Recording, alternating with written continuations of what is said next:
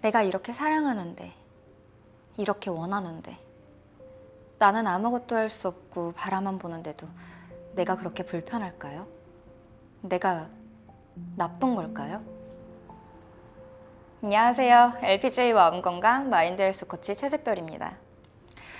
방금 읽어드린 문장은 가수 10cm의 노래 스토커 중 가사 일부인데요. 문장만 본다면 사랑하는데 또 바라만 보는데 그게 정말 문제가 될까요? 일 때문에 자취를 시작한 어느 30대 여성의 직장인 이야기를 해볼게요. 몇 년 전 길을 가다가 마주친 낯선 남자가 안녕하세요 라고 인사를 한 적이 있어요. 깜짝 놀랐지만 인사성이 좋은가 보다 라고 생각했죠. 그 후로 그 남자를 자주 마주치길래 우연히 동선이 같은가 보다 라고 생각했어요. 그렇게 출퇴근길에서 그 남자의 시선이 자주 느껴지던 어느 날 아파트 우편함의 우편물을 확인하다가 이상한 점을 발견했어요. 다른 집에는 다 관리비 명세서가 껴져 있는데 저희 집에만 없던 거예요. 관리사무소에서 실수했나 보다 라고 저 자신을 안심시켰지만 마음속 깊은 곳에선 깨름칙했죠.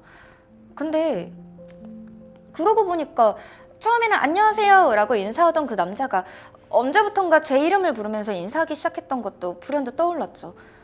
어떻게 내 이름을 알았지? 라는 생각과 기분 나쁜 느낌이 스쳤지만 쓸데없는 걱정이길 바랬어요. 근데 그게 끝이 아니더라고요. 모르는 번호로 자꾸 전화가 오는데 누군지 확인하려고 전화를 받으면 전화기 너머로 들려오는 건 침묵뿐이에요. 여보세요? 누구세요? 라고 계속 외쳤지만 상대방의 목소리는 결코 들을 수 없었어요. 깨름칙함이 두려움으로 굳혀야 될 때쯤에는 삶에 문제가 생기기 시작했어요. 잠을 잘 못 자는 건 물론이고 작은 소리에도 깜짝깜짝 놀래고 아파트 비밀번호를 누를 때도 걸을 때도 매 순간 누가 저를 지켜보고 있는 것 같아요. 가족에게 털어놓자니 걱정만 끼칠 것 같고 또 신고하자니 심중뿐이라서 경찰이 믿어줄 것 같지가 않아요. 하루하루 너무 두렵고 무섭습니다. 여러분도 사연자분이 어떤 심정일지 느껴지시나요? 스토킹은 일방적으로 쫓아다니면서 괴롭히는 범죄 행위입니다. 나는 원치 않는데 누가 자꾸 뒤에서 쫓아오거나 내 집 앞을 서성이면 섬뜩할 거예요. 서로 사랑하는 사이에서 전화 선물은 대부분 긍정적인 행동이지만 일반적인 관계에서는 때로 소름 끼치게 무서운 일일 수도 있죠. 누군가 내 뒷조사를 했다는 걸 알았을 때의 불쾌함은 말할 필요도 없을 거고요. 스토킹 피해자는 비슷한 사람을 보면 또는 벨소리만 들어도 놀랄 거예요. 혼자 있을 때, 외출할 때 두려움을 느끼고 불면, 불안, 공포, 또 외상후 스트레스까지 겪어요. 스토킹은 정말로 사랑한다면 절대 하지 말아야 될 범죄인 겁니다.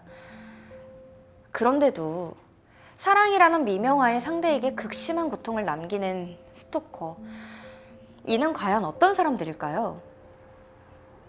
수줍음이 많고 겁 많고 열등감이 많을 뿐만이 아니라 상대를 이상화시켜서 인정받으려고 하는 미성숙하고 의존적인 사람입니다. 진짜 나를 알면 나를 좋아하지 않을 거라고 생각하면서도 내가 좋아하니까 상대도 나를 좋아할 거야 라고 생각해요. 엄마에게 투정 부리는 아이와도 같죠. 무엇보다 집착이 강해서 편집성적인 성격을 가지고 있어요. 매사에 왜곡과 투사가 심해서 내가 매달리는 건 다 상대방 때문이야 라고 생각합니다. 또 거절에 민감해서 작은 거절도 무시라고 생각하고 버림받는 것을 또 두려워해요. 거절과 버림받는 것에 대한 두려움 자체가 아니라 그 두려움이 나를 버리면 지옥 끝까지 쫓아갈 거야 라는 식으로 나타나는 게 스토커의 특징입니다. 자, 스토커의 종류를 몇 가지 살펴볼게요. 첫째, 헤어진 연인이나 부부 사이에서 일어날 수 있는 이별 스토킹이 있습니다. 가까운 사이였으니까 주변 정보와 생활 동선을 낱낱이 알고 있겠죠. 헤어진 것에 대한 보복성 스토킹일 땐 강력 범죄로 이어지기 쉽습니다. 둘째, 사이버 스토킹. 이는 몰래 SNS를 보고 상대의 발자취를 쫓아다니면서 연애하고 있다고 착각합니다. 그러다 갑자기 모습을 드러내서 스토킹 당하고 있는 줄도 몰랐던 상대를 괴롭히죠. 셋째, 범죄 스토킹이 있습니다. 계획적으로 저지르는 스토킹인데 금품 갈취와 성범죄가 목적입니다. 살인의 전조일 수도 있고요. 넷째, 망상증 스토킹이 있습니다. 망상증 스토커는 색적 망상, 즉 에로틱한 망상 때문에 상대가 자신을 사랑한다고 믿고 거부 신호조차 사랑의 증거로 해석합니다. 혹시 지금 내가 연예인도 아닌데 무슨 스토킹을 당하겠냐 라는 생각해 보신 적 있나요? 스토킹은 생각보다 드물지 않아요. 연예인일 뿐만이 아니라 일반인에게도 굉장히 흔합니다. 최근 조사에 따르면 10명 중 1명꼴로 스토킹을 당한 경험이 있고 10명 중 3명꼴로는 주변에 스토킹 당한 사람이 있다고 합니다. 피해자가 여성인 강력 사건에서는 3분의 1에서 스토킹이 확인되고 있고요. 그렇다면 스토킹으로 고통받는 사연자에게 정신과 전문의 후박사가 내리는 탁월한 처방은 무엇일까요? 첫째, 약해지지 맙시다. 피하려고 하면 스토커는 더 집요해지고 무서워하면 스토커는 더 얕잡아 봅니다. 초기부터 과하다 싶게 대응을 하고 정면 돌파를 해야 돼요. 혼자가 아니라 함께 말이죠. 혼자 고민하거나 해결하려거나 대응하지 마세요. 가족, 동료, 친구, 이웃, 경찰에게 도움을 청하세요. 둘째, 철저하게 대처합시다. 섣불리 대처하다가 오히려 더 심해질 수 있어요. 출퇴근 동선을 바꾸고 필요하다면 전화번호도 바꾸세요. 위협을 느낄 때는 여성 긴급 전화나 귀가 안심 서비스를 활용하실 수도 있어요. 스토커에게 지금 이 행위가 스토킹임을 알리고 강력한 거절 메시지를 전하는데 이때 본인이 절대 설득하거나 타이르지 마세요. 간단하게 대화를 하는 것도 아버지, 삼촌, 남자친구 등 강한 남자가 전면에 나서야 됩니다. 피해 증거를 수집하고 사건을 기록하세요. 약한 처벌만 받게 된다고 해도 경찰에 신고하고 형사 전문 변호사에게 도움을 받으세요. 스토커에게 정신질환이 있다면 스토커 가족에게 책임을 물읍시다. 셋째, 강하게 응징합시다. 앞서도 말했듯이 스토킹은 범죄입니다. 스토킹에서 끝나지 않고 폭행, 납치, 살인, 강력범죄로 나아갈 가능성이 높은 범죄예요. 그래서 미국 등 선진국에서는 중범죄로 다루고 있어요.